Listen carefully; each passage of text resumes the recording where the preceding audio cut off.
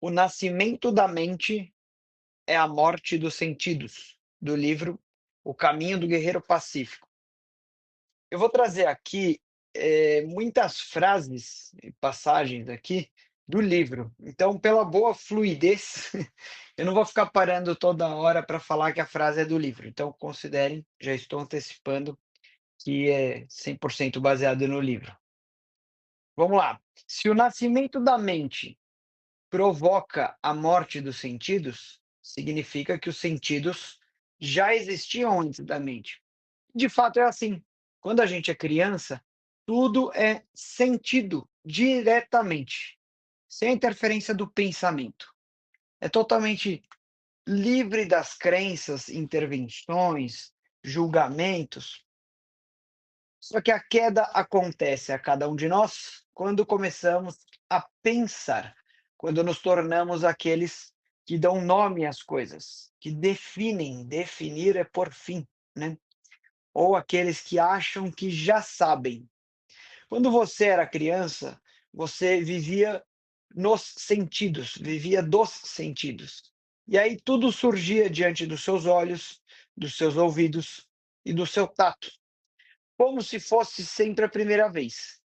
Mas agora, já mais velho, você sabe o nome e a categoria de tudo, né? Isso é bom, aquilo é mal, isso é uma mesa, aquilo é uma cadeira, isso é um carro, uma casa, uma flor, um cão, um gato, uma galinha, um homem, uma mulher, um pôr do sol, o mar, uma estrela. E aí você se cansou das coisas, porque elas passaram a existir apenas como nomes. Os conceitos áridos da mente passaram a obscurecer a sua visão. Agora você enxerga tudo através do véu das associações que você faz sobre as coisas. E esse véu encobre a percepção simples e direta. Você já viu tudo isso antes. É como assistir um filme pela 20ª vez. Agora, na vida adulta, você não está mais vendo as coisas. Apenas a recordação é vista. A recordação das coisas e não as coisas diretamente. E isso te deixa entediado, preso na sua mente. Se você não vive mais a verdade, vê só a recordação, mas acha que é a verdade, como é que chama isso? Como que se chama o que parece verdade, mas não é? O nome disso é ilusão. É assim que se formam as prisões psicológicas. Você é prisioneiro de suas próprias ilusões, ilusões sobre si mesmo e o mundo. E você não vê a prisão, porque as grades são invisíveis. E aí não faz sentido, né? Porque você parece ter tudo ou estar tudo bem, mas você não está feliz. No fundo, está sofrendo, não gosta realmente da vida que está levando no momento, né? Os seus divertimentos constituem, no fundo, formas temporárias de distraí-lo da sensação fundamental de medo. Não significa dizer que o esporte, o sexo, o cinema são ruins. Não é isso. Ou não necessariamente, né? Mas sim se para você eles forem vícios e não lazer. Essas coisas são ruins se você utiliza como fuga para distrair-se da sua vida interior caótica, né? Se você vive um desfile de desculpas, ansiedades e fantasias que você chama de sua mente. Porque aí você entra no cenário que o livro traz, né? Se você não tem o que quer, sofre. Se tem o que não quer, também sofre. Mesmo que consiga exatamente o que quer, ainda assim você sofre. Por que que você sofre em todos esses cenários? Pelo famigerado apego. Você sofre porque não pode se agarrar, seja lá o que for, eternamente. A sua mente é a sua dificuldade, né? Ela quer ser livre, ela quer se ver livre da mudança, da dor, livre das obrigações, da vida e da morte, mas a mudança é uma lei e nenhuma simulação altera essa realidade. Cérebro e mente também não são a mesma coisa. O cérebro é real, A mente não.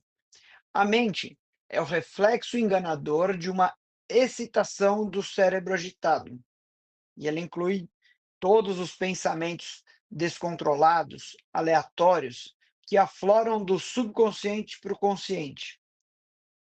A consciência não é a mente, a percepção não é a mente e a atenção também não é a mente.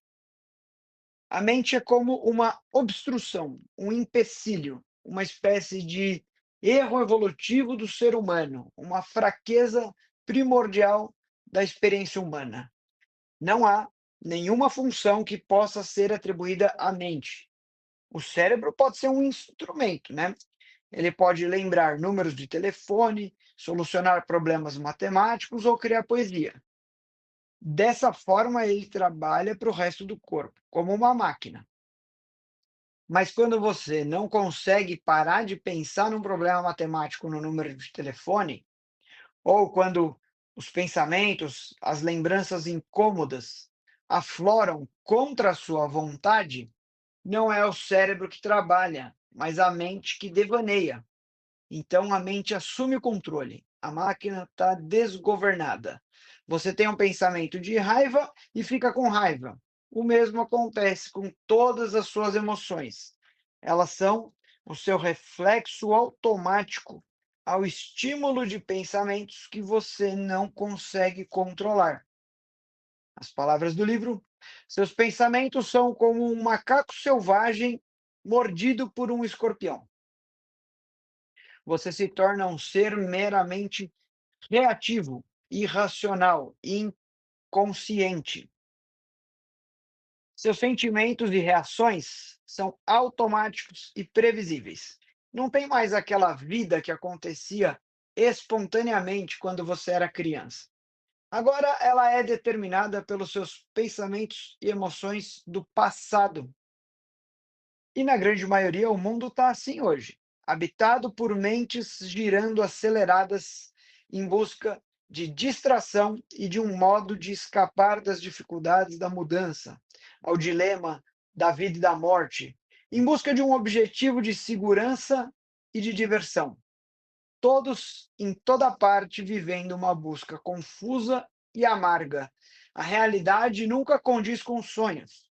E a felicidade, essa está logo ali depois da esquina, de uma esquina que nunca chega. E a origem de tudo isso é a mente humana.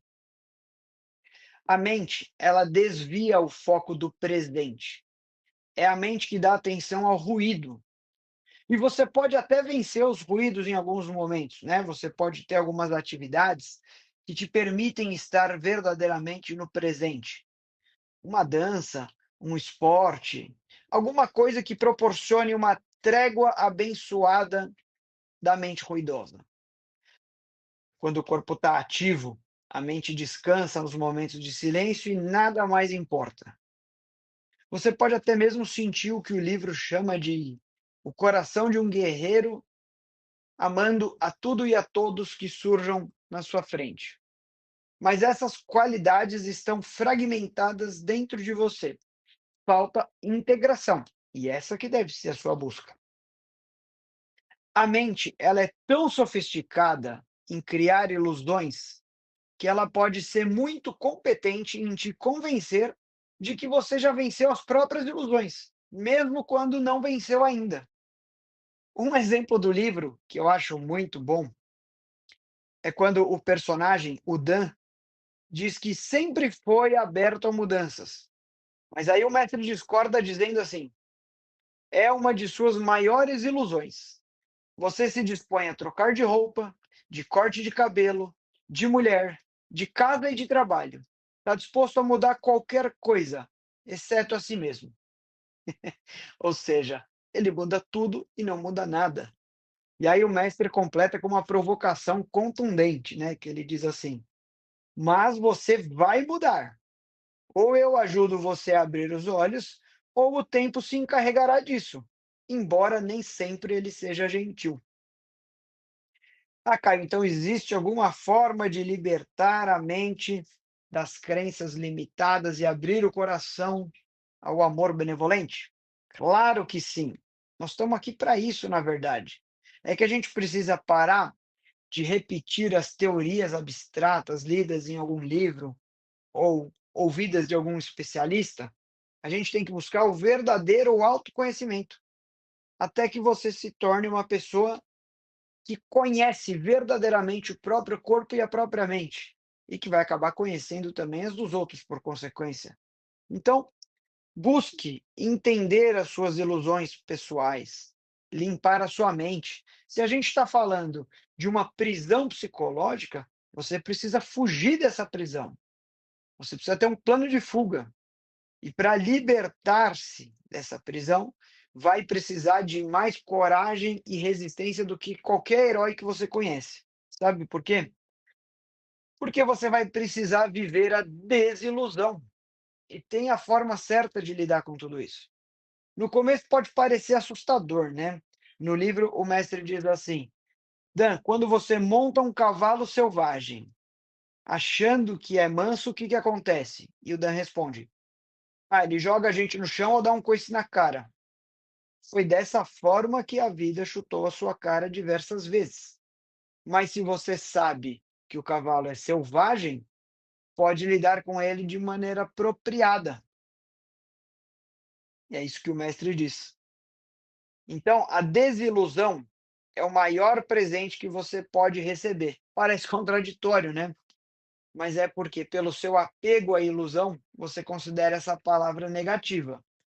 Quando alguém que você conhece sofre uma desilusão, você se solidariza ou até sofre com a pessoa, mas devia estar comemorando com ela. A palavra desilusão significa literalmente libertar-se da ilusão, mas você, de forma inconsciente, se agarra às suas ilusões pessoais. E assim como o personagem do livro, você pode até pensar assim: se a vida é apenas sofrimento, então para que preocupar-se? A vida não é sofrimento, só que você vai perdê-la ao invés de aproveitá-la, se não abandonar os apegos para seguir livremente, aconteça o que acontecer. Quando você se separa das ilusões, você começa a aprender com as experiências da vida, ao invés de reclamar ou de aceitá-las passivamente. Você percebe que é a sua mente, não as pessoas ou o ambiente, que causam o seu estado de espírito. Com o tempo, você vai parando de ver o mundo através dos seus próprios desejos pessoais. Sua mente deveria ser como um lago sem ondulações, mas ela é repleta de ondas, porque você se sente dividido e com frequência ameaçado por um evento, por algum acontecimento indesejável, né? Então a sua mente é um lago onde alguém acaba de jogar uma pedra. Se você ampliar a sua visão da água na qual você está imerso e alcançar a origem das ondulações, vai ter um salto de percepção. Quando puder compreender claramente a fonte, verá que as ondulações da mente nada têm a ver com você. Simplesmente vai passar a observar sem qualquer apego, não sendo mais impelido a agir cada vez que uma pedra é jogada. Você vai ficar livre da turbulência do mundo assim que parar de levar os seus pensamentos tão a sério. É claro, exige tempo e prática. E a prática da percepção da origem das suas próprias ondulações é a meditação. A meditação baseia-se em dois processos simultâneos. Um é a percepção instantânea, concentrando-se precisamente naquilo que se deseja ver. O outro é a entrega, o abandono de todos os pensamentos que surgirem. Assim você vai poder se livrar da mente. E quando a mente está livre dos pensamentos e se torna pura consciência, o corpo fica ativo, sensível, relaxado e as emoções abertas e livres. O nascimento da mente é a morte dos sentidos, não é essa a frase?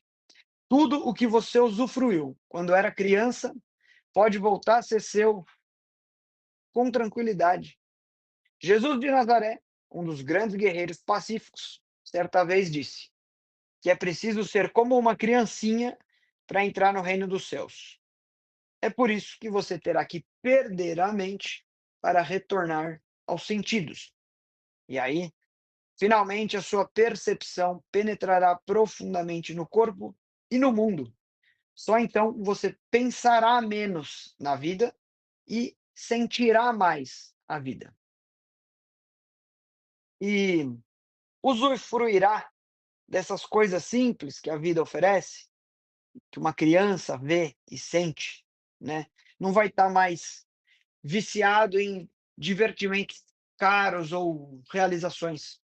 Como diz o livro, só um guerreiro pacífico tem percepção e disciplina para escolher o caminho simples, para saber a diferença entre necessidades e carências. Nós temos algumas necessidades básicas, mas temos uma infinidade de carências. A atenção plena a cada momento é o verdadeiro prazer. E a atenção não custa dinheiro. O único investimento que necessita é o treinamento. A mente é como um fantasma que vive no passado ou no futuro. O único poder que ela exerce sobre você consiste em retirar a sua atenção do presente. Portanto, liberte-se. Quando perder a mente, você recuperará os sentidos.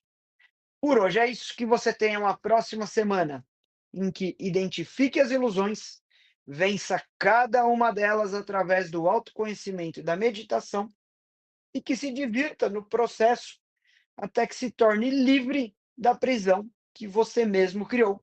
A boa notícia é que se foi você que criou, você faz com ela o que quiser. Um forte abraço, fique com Deus, afetuosamente.